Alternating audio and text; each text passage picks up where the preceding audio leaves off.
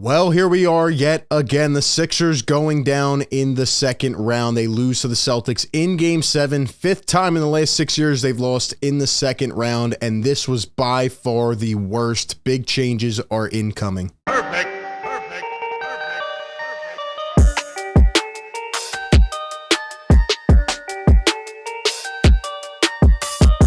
What is going on, everybody? RB here. Welcome into Philly Take with RB. Like always, hit the like button if you enjoy the content. Be sure to subscribe and hit the bell down below. That way you don't miss any of the coverage. Of course, all of this content, the videos, the live streams, will carry into the off season. A lot of big things planned.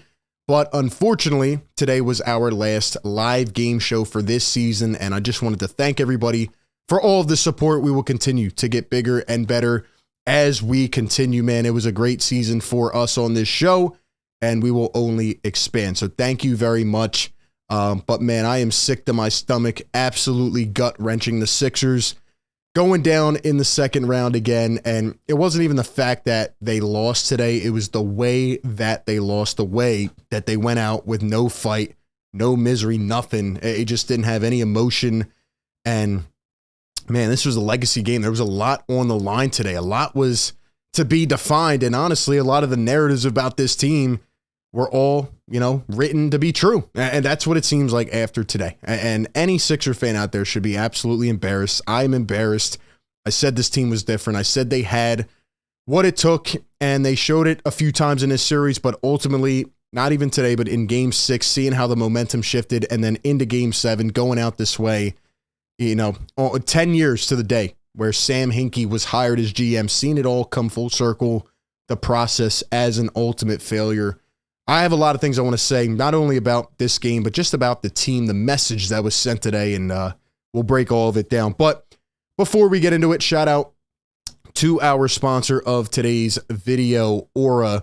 Aura is an easy-to-use app that provides everything you need to stay safe online by protecting you from scammers and hackers on the internet. They are the leading provider in digital safety and fraud protection. Obviously, they're going to have to protect us from the frauds that showed themselves today. The Sixers, man. Aura fights back against all the annoying websites that try to make your personal info public, and they alert you if any of your private info is found. They give you near real-time alerts on suspicious credit inquiries and provide a VPN where you can scroll anonymously online. They even have a password manager where you can store all of your credentials safely. They've helped me out multiple times, even a few weeks ago when I noticed that someone was trying to make credit card transactions with my own card, from across the country, or was able to step in, help me out. They give you credit score updates. They just have a lot of useful tools, and Aura continues to protect your safety. So take the next step in protecting your online safety by going down to the description, click the link, aura.com/PhillyTake, and receive a 2-week free trial of all of their services. All right, we need to talk about this game, man. I am so displeased with the way Joel Embiid and James Harden played today. I knew it would be scrappy. I knew it would be gritty.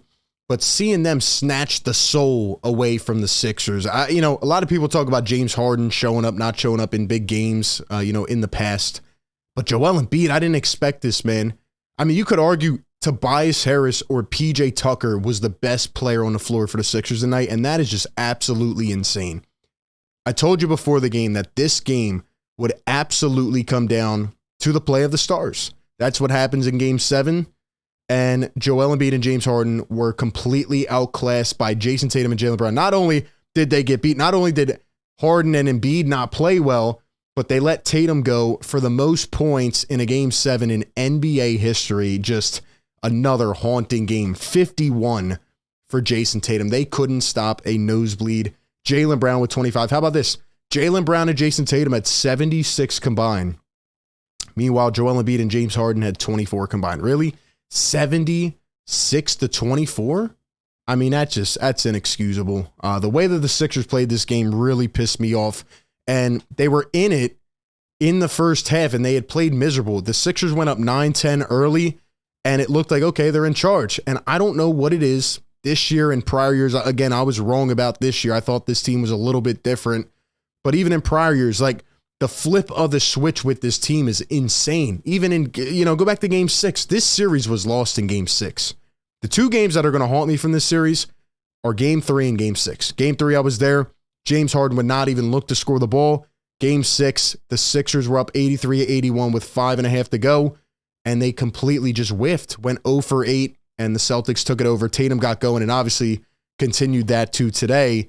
Game 6 is where the series was lost. You had a chance to defend your home court, and you blew it, and it is so just sickening. It's unfortunate because, honestly, I don't think the Celtics played that well in this series, and I congratulate them because, damn it, they came out today like they wanted it. They came out like the team that went to the finals last year, and Tatum got going again. I mean, congratulations to them. You know, they fought hard today. They deserved it. But as an entirety in this series, overall, I don't think they played that well, and that's what frustrates me the most. Tatum didn't even get going till the last quarter of Game 6.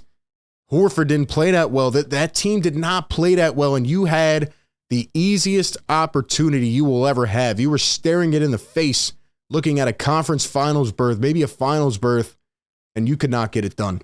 But what I'm really most pissed off at is the play and the body language and just the intensity from this team. You know, Tobias Harris talked after the game about mental toughness, and how many damn years in a row are we going to hear about mental toughness? I mean, I just listened to all their post-game pressers, a lot of interesting quotes for sure that we won't have time to go all over today. PJ Tucker says the season was average, wishes the Sixers had more toughness. Heard the same things. You know, I got to be better. I got to do this. I got to do that.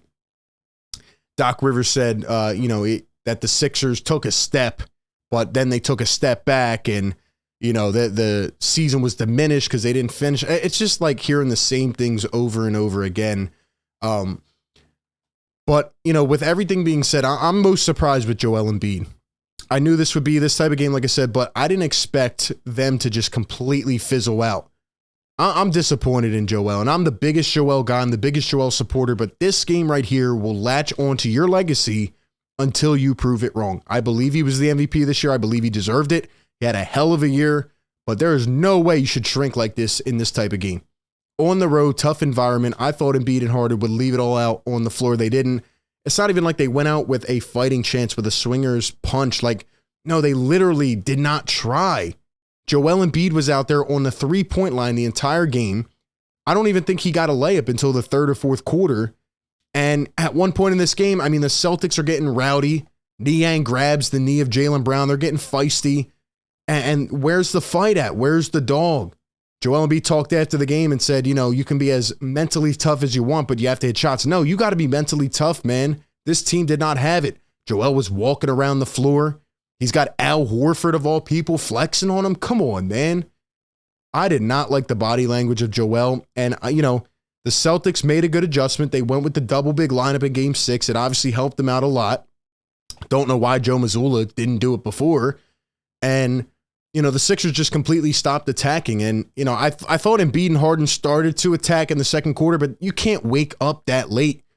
The Sixers were carried in the first quarter by PJ Tucker, who had 11 points.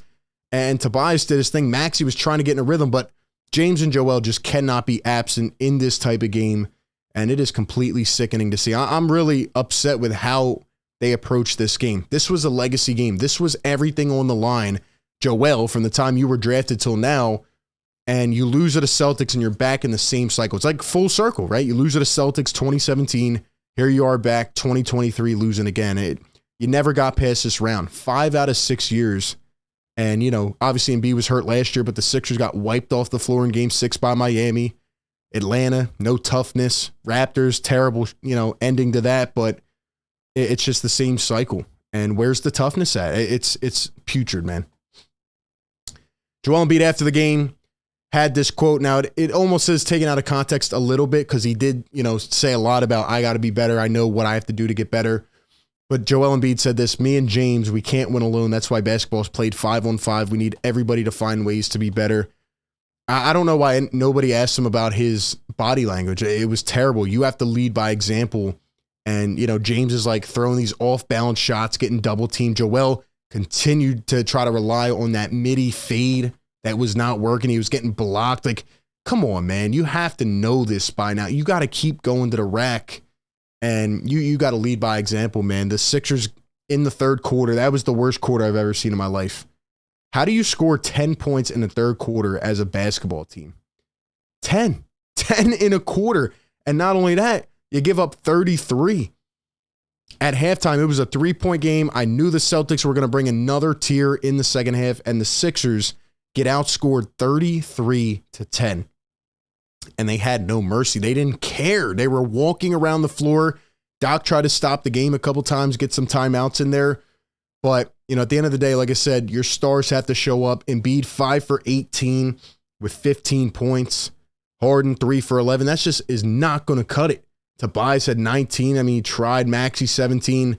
The bench was worthless, and the Celtics just took advantage. Those two guys were the entire team, Tatum and Brown. The only bright side is that changes must be made. Like, the hand must be forced now because it's just, you're at a loss of words. Embiid says, if I don't finish first, it's a failure. I don't think I would have been proud of going to the finals and losing. I hate losing. If you want to call me the best player on the team, every loss and failure should be on me. It's all on me. I'll be better. I mean, we hear this. There's a lot of decisions that have to be made because you get tough guys like PJ Tucker. You get to this point, you're up 3-2, and you can't finish. And there's been a lot of changes before, but you're in the same place, right? That's the definition of insanity. You do the same thing and expect different results. Here's also what I didn't like from Embiid after the game. He's out here hugging Tatum. I get it. They're boys. They train together with Hanlon, but you shouldn't be smiling after this game, man. You should be pissed off. You should be completely pissed off. And then here's Joel Embiid on Doc Rivers. He says, quote, I thought he's done a fantastic job. We've gotten better over the years. We have a great relationship. James Harden said our relationship is okay. And, James Harden essentially just talked about, the first full year of the Sixers, with him being healthy and being here and, they want to get better. But I think Sixer fans have hit their breaking point. Again, it's not even that they lost. If they battled today and it was a close game and they just couldn't get it done, okay, you're not the better team, but they went out miserable. And I just did not expect to see it. And it was absolutely sickening. And Sixer fans should be frustrated. You have to go a different direction here because you keep doing the same damn thing. And, you're expecting something different. It's not going to happen. And I think Joel Embiid for the first time is going to hear a lot from Philly in this manner. I mean, he heard it before, but now, this was probably your best opportunity. You have a lot to carry on your shoulders, Joel. I mean, this was crunch time. This was a legacy game. This was a career-defining game for James and Joel, and they were both absolute no-shows, and it just stings, man. I don't even know if Doc Rivers could have done anything different. I think he'll be the first to go. I think he'll get canned, but maybe he just even retires. I mean, he wanted to retire before he came to the Sixers. Maybe Doc just walks away, but I don't think Doc Rivers could have done anything different in the series. I think James shouldn't have passed up all those shots in Game 3. I think in Game 6, the players had to formulate something to win the game. I mean, can't go 0 for 8. So, this is tough. You're at a crossroads, and it's the same old Sixers, and they showed us who they were. Last game in the fourth and today. And the process, I guess, if that still exists, is officially over. And it is time to reshape this team a little bit because, you can't go down like this. The Celtics, congrats to them. I think they're going to beat Miami, but they did not play well this series. Sixers were in prime position to capitalize and win, and they did not take advantage. So hopefully this team can elevate going forward. They have a lot to figure out.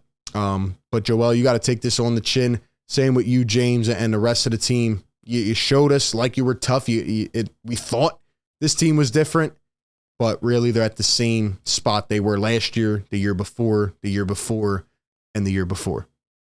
So that's all I have for this one, man. Appreciate everybody, as always, for tuning in. Like I said, the content will continue, but give me all your thoughts down below. What's next for this Sixers team? Appreciate everybody. Be sure to hit the like, comment, subscribe, and with that being said, I will catch you all on the next one. Peace.